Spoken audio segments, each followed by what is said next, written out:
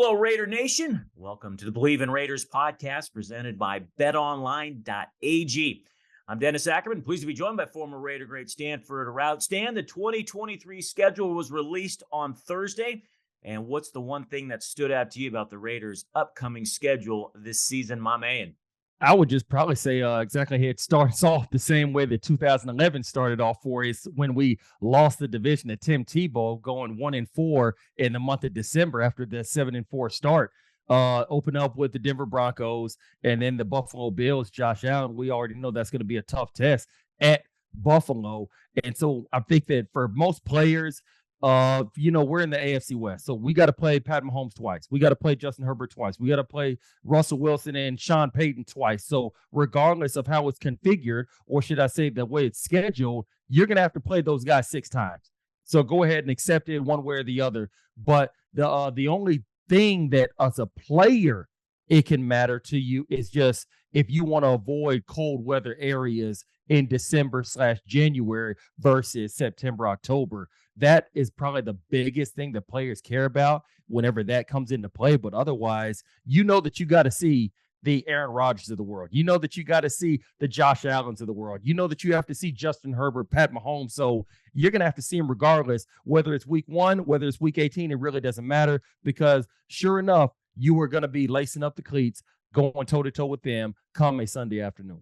Yeah, the AFC West is absolutely loaded this year in terms of quarterback play. You know, Stan, the one thing that I found interesting looking at this schedule that really popped out to me is last year the Raiders finished 6-11, right? And I'm not so sure that this roster is better than it was a year ago. Me neither. Yet they still rewarded the Raiders with 5 primetime games this upcoming season. I mean, Stan, we know that the Raiders were once one of the iconic franchises of the NFL. Now they have made the playoffs twice in the last 2 decades, basically. I mean, are they still that big of a brand? I mean, I personally don't think so. I mean, growing up, yes, this is one of the 4 or 5 iconic franchises in the entire NFL. Do they still carry that? I know it's a brand and people say it is, but my gosh, they haven't won much, as we all know, in the last couple decades. Do you think they deserve 5 primetime games? Well, I mean, the Dallas Cowboys have won a Super Bowl since 1995. Would you say they're still a brand? They are, Stan, because at least they've been to the playoffs more than twice over the last couple years. And no, trust me, I get what you're saying, but let's go ahead and think about the brands in the NFL. We got the Green Bay Packers. Yep. We got the Dallas Cowboys. We got the Pittsburgh Steelers. 3. And some people would say maybe the Patriots. Some would say that maybe yes, maybe no, 49ers. whatever. 49ers, that's 4. Yeah. And then let's go ahead and just name some other. Let's go ahead and throw somebody else in there that we're probably overlooking right now just for the sake of this discussion. After those 5, name another one that's a bigger brand historically, iconically than the Raiders. It's you're right, Stan. It is hard. I mean, you could say at one time the Bears are one of they're one of the grand franchises, I should say. They haven't had as much success as the Raiders. Not just one of the older, purebred exactly blue bloods of the NFL. I should say blue bloods more. But you're right. Okay. And that's why the Raiders, even when they're not doing well, even when they're losing, even when they're tough to watch, they're still a brand. They're still a team that people are going to think of in an iconic way, whether it's back in the 70s or 80s with Al Davis, God rest his soul. They're called the Junkyard Dogs, or the migration from Oakland to LA, back up to the Bay, and now we're in Sin City. So the Raiders are still a brand. They may not be the Dallas Cowboys as far as being worth $5 billion or whatever the Cowboys are worth right now, but the Raiders are still a brand. And so even back when we were 2-14, 4-12, 5-11, those years, we still had primetime games. So you factor that they're a brand and they're in, wait a minute, where? Sin City? Yep. Ain't that going to be where the Super Bowl is going to be in 2024? So it's not surprising that the Raiders have primetime games. No, it's all not. Right. Before we look at their schedule game by game, let me get the promo in here. And betonline.ag is your number one source for all your basketball info, stats, news, and scores. Get the latest odds and lines, including the latest player reports for this year's pro basketball playoffs. BetOnline is always your sports information headquarters this season, as we have covered for all sports wagering needs: basketball, baseball, NHL, hockey, right to UFC and boxing. BetOnline is the fastest and easiest way to get your betting info, including live betting options in your favorite casino and card games you play right from your home. Head to the website today or use your mobile device to get in on the action. Be sure to use our promo code, beg your pardon, Believe, to receive your 50% welcome bonus on your first deposit. Bet online where the game starts. You know, it's the one thing I found interesting. I live in the Bay Area. We're recording this on Friday afternoon, and the Warriors are on the brink of elimination against the LA Lakers. This could be the end of the Warriors dynasty. And you know what is dominating sports talk radio? The NFL schedule, even with the Of course. Warriors dynasty on the brink of elimination. It's just, and Stan, we're not kicking the season off for another just under 4 months away. It is just remarkable what the NFL just dominates 12 months out of the year. Yeah, the NFL does a great job of making the NFL a year-round sport. Yep. It's an event. You look at just a couple weeks ago how you have the NFL draft, and now they have the fans that are there, and now it rotates where Yep. sometimes it's in Cleveland, sometimes it's in Vegas. This year was in Kansas City. I don't even know where it's going to be at next year. And it's always an event. The opening of free agency, the draft, the schedule release, and let's go ahead and be honest. As of Monday, the NFL was trickling out Yes. little games that you could that they were showing as far as who's going to be playing who in which week, and you already knew the opponents. I know. You knew the opponent. I know. Now it's just about the scheduling. So the NFL does a good job of making everything an event, and how even in the off season, like you look at how a couple weeks ago, didn't you notice how on the night of the NFL draft there really weren't any playoff games in the Oh, NBA? yeah. Oh, yeah, yeah. Because the NBA doesn't want to compete with Nope. the draft. I know. It's They crazy. don't want to compete with the draft. And so the NFL, obviously, it's king in America right now. We all know that. And Roger Goodell, the powers that be, they do a great job of making everything an event, even when it's in the off season. I know. Well, I mean, look at Stan, prime example. I mean, the schedule comes out. My buddies are texting me, DA, the Steelers are going to be in Vegas. Meet me there for that game. Hey, DA, I'm going to go to the Jets game. Why don't you meet me there in Vegas for that one? I mean, my friends are just like, boom, boom, boom, boom. It's like, hey, can you hit this one, this one, this one? So it's right. It's just, Yeah. It's crazy. It is That's just absolutely unbelievable. Yeah, that's definitely just goes to show the popularity of this Oh, yeah. sport and how the draft, free agency, the scheduling, everything in between. And that's why fans are chomping at the bit for every piece that they can get of our great sport.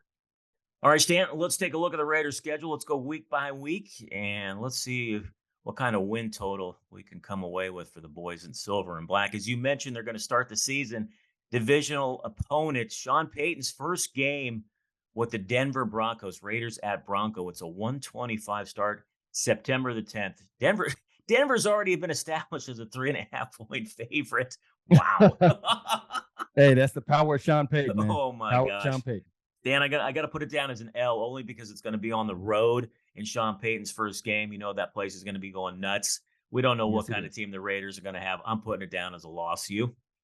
I would put it down as a toss-up. Yeah, obviously the Denver Broncos were not good last year. Sean Payton is coming over. He's going to bring that offensive genius that he had for so many years with the Dallas Cowboys offensive coordinator, and then his illustrious career with the New Orleans Saints, bringing them a Super Bowl championship. But because it's early in the year, because it's still going to be something new between this marriage of him and Russell Wilson, we're not sure that they're going to be firing off of all cylinders week one. So I could easily see the Raiders starting off the season of the 2023 year with a victory. I could very well easily see it. That's why I would just simply call this a toss-up game or a pick 'em. All right. I'm going to put you down for a W. I'm going to put myself down for a loss on that one. Okay. Right. Following weekend at Buffalo. No way. No way. Listen, Jimmy G is the quarterback. Hopefully Okay. he'll still be healthy in week 2. You have Devontae Adams. Yep. You got Josh Jacobs. And you have a Buffalo Bills team. A Buffalo Bills team that has been for the last 2.5 years deemed as a Super Bowl contender, right? Oh, yeah. If not favorite. Have they won exactly. Have they won a Super Bowl in the last 2.5 years? They haven't even got there. Exactly. So Buffalo is still a team that is underachieved based on the prognosticators' forecast for how good their roster should be as far as wins and losses, how deep in the playoffs. And I say all that to say, because Buffalo has underwhelmed with where you think their talent should lead to as far as being in the promised land, AFC championship game, Super Bowl, things like that. That's why do not be utterly shocked if the Raiders are able to go ahead and somehow, some way pull off a victory. Not saying it's likely, but because Buffalo has not lived up to expectations, it is not out of the realm of possibility that they could be stubbing their toe early off in the season. All right, I'm still going to put it down as a loss for both of us. Okay, And I here's the would too, one. yes. Okay, here's the one. Their home opener is prime time Sunday night against the Pittsburgh Steelers. For some reason, I'm going with the W on that one for the Raiders. I know the Steelers started slow a year ago. They came on strong. I do like the Raiders winning at home against the Steelers. What do you think? Yeah, I would like to see that. I would like to go ahead and pencil that in as a W as Yep. well. But that's where, like I say, because the Raiders are so up and down, they could have a week where they play like world beaters, how they did in week, I believe it was 17 against the San Francisco 49ers, the first half of the game against a defense that we felt like was an immovable object.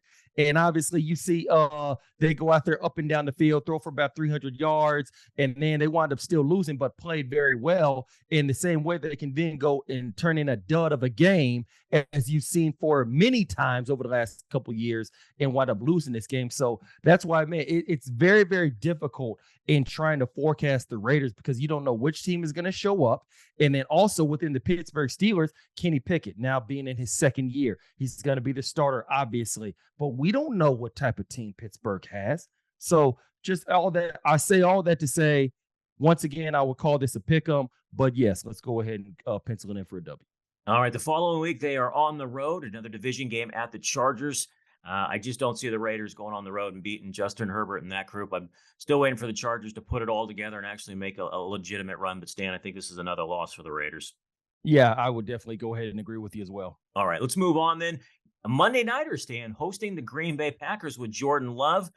I got to think the Raiders are going to get this as a W, especially with the Packers. Basically, I wouldn't say complete rebuild, but definitely they're going to have some growing pains with Jordan Love as their starting quarterback. So I'm going to give the Raiders a W there. What do you think? I'm right there with you. Okay, so all right, okay, here we go again. The Raiders Oh, East. yeah. The Oh, yeah. Patriots are coming back. Can I call them the Raiders East? Might as well. So Bill Belichick's bringing the boys back to Vegas. That one's October the 15th. The Raiders won when we all know that wacky last play of the game. They pulled it off, and I like them to beat the Patriots again, Stan. I do. Yeah, I definitely think that they have a perfect opportunity to beat the Patriots. We look at how obviously Mac Jones has regressed with having Matt Patricia being the play caller last year, things like that. Doesn't seem like him and Bill Belichick are having a perfect union of a marriage. So this is definitely a winnable game for the black and silver. Okay, Stan, this is the one where I'm like, this could define the Raiders season to me. Sunday, October the 27th. It's a noon start in Chicago, 10 a.m. on the West Coast. They're at the Bears. The Bears are in a complete rebuild. I Yes, think you just have to get this one, Stan. You just have to get this one. And you would think so. You if they would don't, think so. yeah. And if they don't, I think the season spirals out of control. I'm going to give them the W, uh, but I'm not confident about giving the W. How about that? I'm not confident with it either, just because it's the Bears. And this Yep. is another one of those games where you're thinking, okay, well, surely they can go ahead and beat Justin Fields, but I've seen stranger things out of the silver and black. That's why, yeah, I would go ahead and call it a W as well. But like I said, my friend, do not be surprised. And a lot of it is based on the team that they have 7 days right after, as we're about to talk about, or sorry, 8 days after. Yeah, another Monday night football game for the Silver and Black. This time they're headed to Detroit to take on the Lions. This is a team, an up and coming team. They started slow a year ago, Stan, then they finished very strong. They knocked the Packers out of the playoffs. Final game of the season. I like the Lions in this one, and I don't even think it's going to be a close one. Exactly. And just because two straight games back to back on the road in the Midwest, obviously Detroit, that's going to be played in a dome, that's going to be played inside that time of the year, day before Halloween. So we're not going to see great weather, I would imagine, up there in Detroit, but just simply the traveling 2 weeks in a row, that right there just spells that spells misfortune for me, in my opinion, for the silver and black, for the Las Vegas Raiders. I think that they're going to lose that game just because of it being the second of a back-to-back road game. Dan, here's where the Raiders' schedule gets really tough, in my opinion. So on November the 5th, sorry, just trying to read that, at home against the New York Giants. That's a Fox game. I don't see them beating New York, especially the way the Giants turned around things a year ago. That team to me is on the upswing, and I don't think the Raiders get past the Giants at home. And that to me is another pick'em game. Like we don't know which type of Danny Dimes is going to show up. So maybe you go ahead and get a couple of turnovers early. We already see Daniel Jones had what was it, 22 touchdown passes last year, or was it 22 total touchdowns? I forget which one it was. And so because of him being limited so far right now in his early young career, maybe the Raiders are able to go ahead, get after him a little bit, slow down Saquon Barkley with Max Crosby, Tyree Wilson, Chandler Jones coming off the edge, people like that. And once again, to me, this is a pick'em game. Now the one directly after that, I think that we both will agree that's probably going to be an L. Yeah, I'm going to give you an L on the Giants because the other pick'em game, I gave you a couple W's on two pick'em games. So I'm going to go to L there. Yeah, the Raiders, this one's a Sunday nighter, and we all know why they're hosting this one. The New York Jets come Yes. calling with Aaron Rodgers. He makes his New York appearance in Las Vegas with the New York Jets, and we agree we're both going with the L there. Then they got to travel all the way across the country, and this is a tough one, at Miami. It's a 10 a.m. West Coast start on Sunday, November the 19th. Stan, I don't see them winning that one either. I think that's another loss. Yeah, when you look at how it's going to be November 19th, obviously it's going to be cooler weather when you think about the West Coast, when even if you think about the Bay Area or Sin City, and now all of a sudden they have to go down to humid Miami, which is going to be late November, a week before Thanksgiving. That's why I would go ahead and give this an L as well. And then we factor in Jalen Waddle, we factor in Tariq Hill, whoever is going to be quarterbacking for the Mm-hmm. Miami Dolphins. They got Jalen Ramsey now to book in with an Xavier Howard. So to me, aside from the talent that Miami has, just the difference in climate. And I remember 2011, we played the Miami Dolphins. Brandon Marshall was the receiver for them back then. I think Moore was the quarterback, and we played them in early December. And I'm from Texas.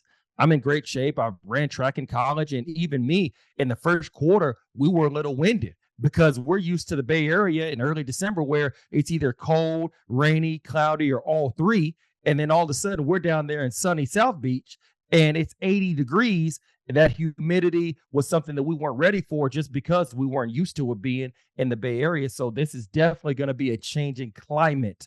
And that's why I would choose an L for this game. Dan, I know you live in Houston. I will never ever be ready for that humidity. It just man.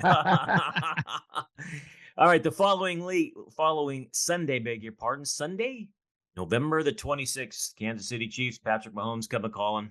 We haven't beat them in I don't know how many years at home. I think the streak continues. That's another loss. I think we can Yeah. go ahead and skip forward. The Vikings, that's always an interesting team to me. I know they played well. They got into the playoffs last year. I'm never sold on Kirk Cousins.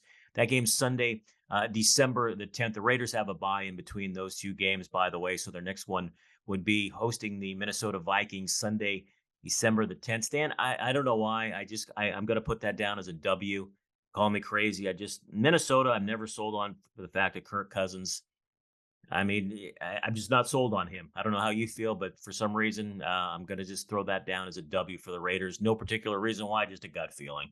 Yeah, I would go ahead and say the same thing. I've never been sold on Kirk Cousins, so I think the Raiders are going to come out victorious in that game. All right, then Thursday night. This is a quick turnaround. This is another home game, and it's against the LA Chargers. That one's on Prime Video. The Raiders always play the Chargers tough at home, whether it's a close loss or the Raiders come out on top. I'm going to give the Raiders a W. I am. That one's always a close one, and I just think they usually split with the Chargers. They have it over the last couple of years. What are you feeling about that one?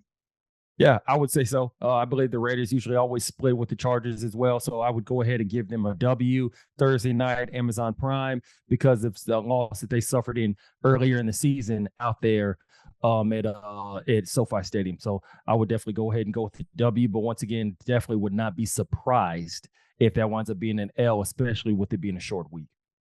And then Christmas Day, after you get up, you open your Christmas presents, you can watch some Raider football on Christmas Day. It's a 10 a.m. start. Unfortunately for the Raiders, it's in Kansas City, and we know that has been a house of horrors for them. Now, they did pull off a victory a few years ago with John Gruden was the coach. The Raiders beat the Chiefs 40-32. But stay on Christmas Day, I got to feel that's a loss. Yeah, I would go ahead and say that as well. Maybe, just maybe, somehow, if the Chiefs already have the number one seed wrapped up and they're going to start resting their players, things like that, maybe the Raiders can come out victorious. Otherwise, I see that definitely being an L for the silver and black on Christmas Day. Then on New Year's Eve day, 10 a.m. Pacific, it's a Sunday. They are at the Colts. I don't know if the Raiders are playing out the string. Are they playing for pride, going up perhaps against Anthony Richardson at that time? Maybe he's the starting quarterback for the Colts. Maybe he's going through growing pains. I'll give the Raiders a W there. What do you think? Yeah, I would say so. I think Indianapolis probably is going to be reeling that time of the year, probably starting Anthony Richardson. So, yes, the silver and black, the Las Vegas Raiders, give them a W. And then finally, they wrap up the season Sunday, January the 7th, 2024, at home against the Denver Broncos. They've owned the Broncos at home over the last handful of games. My gosh, I was just thinking if I give the Raiders a W there, that's 1, 2, 3, 4, 5, 6. Okay, that's 7 and 10. That's feasible. You go with the W, stay on the last one at home Yeah, against I'd Denver? go with the W, the last one, just because, who knows where Denver's going to be at that time. You may very well not even have Russell Wilson starting after looking at the way he played last year. Who knows what the marriage is going to be like between him and Sean Payton? Is it going to be blissful? Is it going to be something that has turbulence in it? We still don't know. So I would say at that point in time of the year, I don't think the Denver Broncos are going to be some team that is making a strong push for the playoffs. I don't know, just call it a gut feeling. I think the Raiders are going to win that game. All right, Stan, I'm looking at our predictions. I've got them 7 and 10. You've got them 8 and 9. Are we being overly optimistic to Raider Nation out there? Oh no, I definitely wouldn't go that far just because like the team went 7-10 last year. Six and So 11. they're not going I'm sorry, 6-11. They're not gonna be 2-15. I don't think this team is No, I gonna be agree. 3-14. So putting them in that 7-8 win category, that does not seem beyond the realm of possibility because this team still has Max Crosby, Josh Jacobs, Devontae Adams, Hunter Renfro. Obviously, we see that they drafted Tyree Wilson. We see that they drafted Moore. So they have, I'm sorry, Mayer. So they have players. Now, do they have players at every position? No, they don't. But they still have Pro Bowl level players. So to think that they're going to be 7 or 8 win team, that's not something that's completely out of the realm of possibility. Not in my book. All right. Well, let's wrap things up here. I want to make sure I get this wording correctly. And Stan, has been a report that oops, sounds like Tom Brady's going to finally join the Raiders, but Finally, but it's going to be you as know, a limited owner. yeah. I mean, Go ahead. I look at how obviously with Josh McDaniels being the head coach, you look at how the regime is come over from the New England Patriots and calling it the Patriots West, just that mantra. So it's not completely far-fetched to think that Tom Brady still wants to be involved within football. It's not far-fetched that he wants to be involved with ownership because I believe he's already said that before. And then with it being the Patriots West regime, it's not something that just seems completely far-fetched to me. And maybe, just maybe, somehow, some way, he wasn't able to get part ownership or stake within the actual New England Patriots. So this right here would be the closest thing that he can get to it. Yeah, just a reminder to Raider Nation out there. Last March, Brady purchased a stake in the WNBA Las Vegas Aces, which owner Mark Davis primarily owns. And if you might recall, Brady signed a 10-year, 375 million, I Yep. beg your pardon, contract with Hmm. Fox, which is due to start in 2024. But apparently, a source told ESPN that Fox has blessed this arrangement, so it's not going to. If he does become a minority owner, a very small minority owner in the Raiders, it's not going to impact that I beg your pardon. So we'll see. So, all right, partner. Well, good stuff. We went over the Raiders' schedule once again. You've got them going 8 and 9. I've got them going 7 and 10. We'll see how it all plays out. Now, just under 4 months away from starting the 2023 NFL season. All right, that's going to do it for another edition of the Believe in Raiders podcast presented by betonline.ag. For my partner, Stanford Route, I'm Dennis Ackerman. Thanks so much for listening, and may all your punts find the coffin corner.